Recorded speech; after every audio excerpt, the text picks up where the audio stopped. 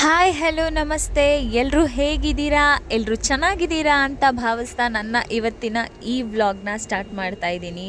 Welcome back to Madhu Bhargavi Kannada vlogs. ಇನ್ನು ಯಾರೆಲ್ಲ ನನ್ನ ಯೂಟ್ಯೂಬ್ ಚಾನಲ್ನ ಸಬ್ಸ್ಕ್ರೈಬ್ ಮಾಡ್ಕೊಂಡಿಲ್ಲ, ಪ್ಲೀಸ್ ಹೋಗಿ ಸಬ್ಸ್ಕ್ರೈಬ್ ಮಾಡ್ಕೊಳ್ಳಿ ಆ್ಯಂಡ್ ದೆನ್ ವಿಡಿಯೋನ ನೋಡಿ. ಇದು ನಿಮಗೆ ದಸರಾ ಲೈಟಿಂಗ್ಸ್ದು ವ್ಲಾಗ್ ಆಗಿರುತ್ತೆ. ಫುಲ್ ಲೈಟಿಂಗ್ಸೇ ಇರುತ್ತೆ. ನಮ್ಮ ಮಿಡಲಲ್ಲಿ ಯಾಕಪ್ಪ ವಾಯ್ಸ್ ಓವರ್ ಕೊಡದೆ ನಾನು ಇದಕ್ಕೆ ಸಾಂಗ್ ಹಾಕ್ತಾಯಿದ್ದೀನಿ ಅಂತ ಅಂದರೆ, ಮಧ್ಯದಲ್ಲಿ ನನ್ನ ಹಸ್ಬೆಂಡು ತುಂಬ ತರಲೆ ಮಾಡಿದ್ದಾರೆ. ಮೀನ್ಸ್ ಸಾಂಗ್ ಹೇಳೋದು ಸುಮ್ಮನೆ ಹೂವಿನ ಬಾಣದಂತೆ ಇಡೀ ಲೈಟಿಂಗ್ ಫುಲ್ಲು ನಿಮ್ಗೆ ಅದೇ ಸಾಂಗ್ ಕೇಳಿಸ್ತಾ ಇರುತ್ತೆ. ಸೊ ನಿಮಗೂ ಬೇಜಾರಾಗಬಾರ್ದು ಅಂತ ಹೇಳಿ ನಾನು ನಾರ್ಮಲ್ ಮ್ಯೂಸಿಕ್ ಹಾಕ್ತಿದ್ದೀನಿ. ನೋಡಿ ಲೈಟಿಂಗ್ಸ್ ಹೇಗಿತ್ತು ಅಂತ. ಎಲ್ಲರೂ ಲೈಟಿಂಗ್ಸ್ ನೋಡೋಕೆ ಹೋಗಿರಲ್ಲ, ಯಾರು ನೋಡಿರಲ್ಲ ಈ ವ್ಲಾಗಲ್ಲಿ ನೋಡಿ ಅಂತ ಹೇಳ್ತಾ ಈ ವ್ಲಾಗ್ನ ಸ್ಟಾರ್ಟ್ ಮಾಡ್ತಾಯಿದ್ದೀನಿ. ಆ ಲೈಟಿಂಗ್ಸಲ್ಲಿ ಮೈಸೂರನ್ನ ನೋಡೋದೇ ಸ್ವರ್ಗ. ಯಾರ್ಯಾರು ಲೈಟಿಂಗ್ಸ್ ನೋಡೋಕ್ಕೆ ಹೋಗಿರ್ತೀರಾ ಅವ್ರು ಡೆಫಿನೆಟಾಗಿ ಮಿಸ್ ಮಾಡ್ಕೋಬೇಡಿ. ಲೈಟಿಂಗ್ಸ್ ಎಲ್ಲ ನೋಡುವಾಗ ಚಾಮುಂಡಿ ಬೆಟ್ಟಕ್ಕೆ ಹೋಗಿ ಆ ನೈಟಲ್ಲಿ ವ್ಯೂ ಅಂತೂ ಸಖತ್ತಾಗಿ ಕಾಣಿಸ್ತಾ ಇರುತ್ತೆ. ಮೇಲ್ಗಡೆ ಬೆಟ್ಟದ ಮೇಲಿಂದ ಮೈಸೂರು ವ್ಯೂ ಅಂತೂ ವಾವ್, ನೋಡೋಕ್ಕೆ ಎರಡು ಕಣ್ಣು ಸಾಲಲ್ಲ, ಅಷ್ಟು ಚೆನ್ನಾಗಿದೆ. ಇದೆಲ್ಲನೂ ಕೂಡ ನಿಮಗೆ ಮೈಸೂರು ಚಾಮುಂಡಿ ಬೆಟ್ಟಕ್ಕೆ ಹೋಗುವಾಗ ಅಲ್ಲಿ ಬೆಟ್ಟದ ಹತ್ರ ಹಾಕಿರುವಂಥ ಲೈಟಿಂಗ್ಸೇ. ಇದು ದೇವ್ರದು ನಂದಿ ವಿಗ್ರಹ, ನಂದಿ ಇದೆಯಲ್ಲ ಅಲ್ಲಿ ಈ ಸ್ಟ್ಯಾಚುನ ಹಾಕಿರೋದು. ಸೊ ನೋಡಿ ಸಖತ್ತಂದರೆ ಸಖತ್ತಾಗಿತ್ತು. ಡೆಫಿನೆಟ್ಲಿ ನೆಕ್ಸ್ಟ್ ಇಯರ್ ಕೂಡ ನಾನು ಮೈಸೂರು ದಸರಾ ಲೈಟಿಂಗ್ಸ್ ನೋಡೋಕ್ಕೆ ಹೋಗ್ತೀನಿ. ಅಷ್ಟು ಚೆನ್ನಾಗಿತ್ತು. ಬಟ್ ಏನಂತಂದರೆ ಸ್ವಲ್ಪ ಲೈಟಿಂಗ್ಸ್ ಆಫ್ ಮಾಡಿಬಿಟ್ಟಿದ್ರು. ಆಮೇಲೆ ಇನ್ನೂ ಒಂದು ಸ್ವಲ್ಪ ನಾವೇ ನೋಡೋಕ್ಕಾಗಲಿಲ್ಲ, ಅಷ್ಟು ಲೈಟಿಂಗ್ಸ್ ಸಖತ್ತಾಗಿತ್ತು. ಡೋಂಟ್ ಮಿಸ್ ದಿಸ್ ವ್ಲಾಗ್ ಅಂತ ಹೇಳ್ತಾ ಈ ವ್ಲಾಗ್ನ ಕೊನೆವರೆಗೂ ನೋಡಿ. ಇಷ್ಟ ಆದರೆ ಒಂದು ಲೈಕ್ ಮಾಡಿ, ಸಬ್ಸ್ಕ್ರೈಬ್ ಮಾಡ್ಕೊಳ್ಳಿ.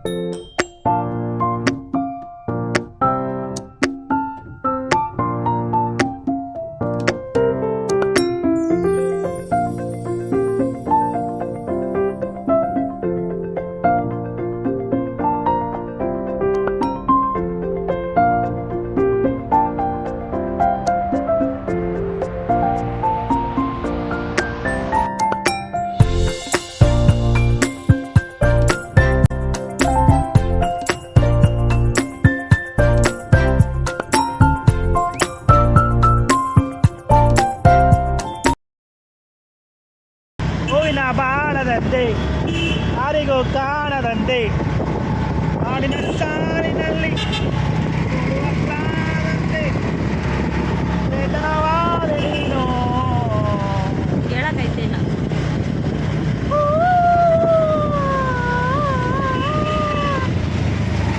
ಜೈ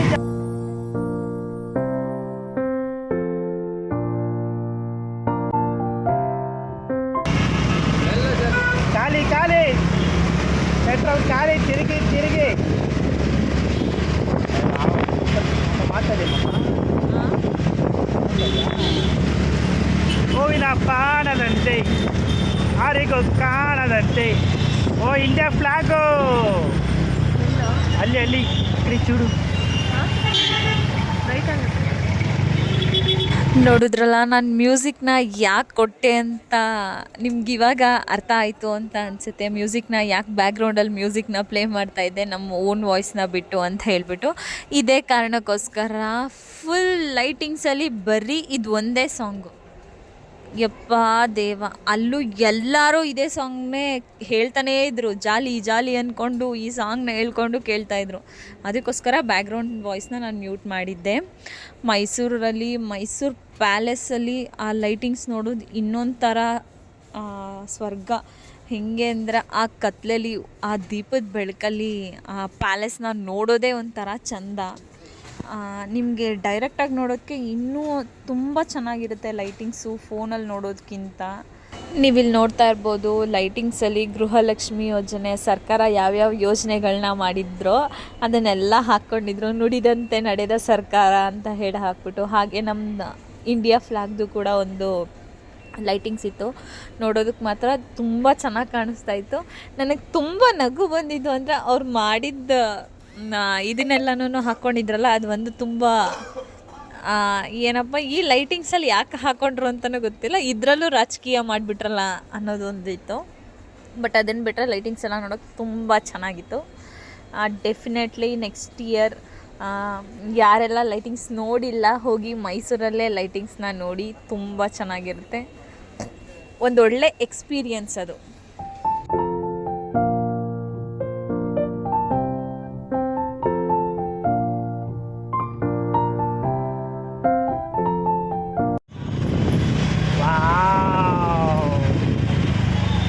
So beautiful, so elegant.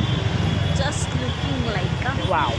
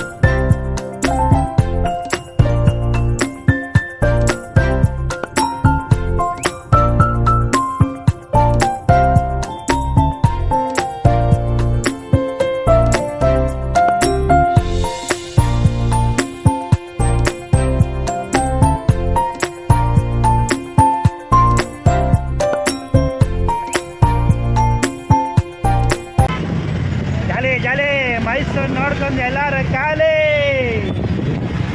ಜಾಲೆ ಜಾಲೆ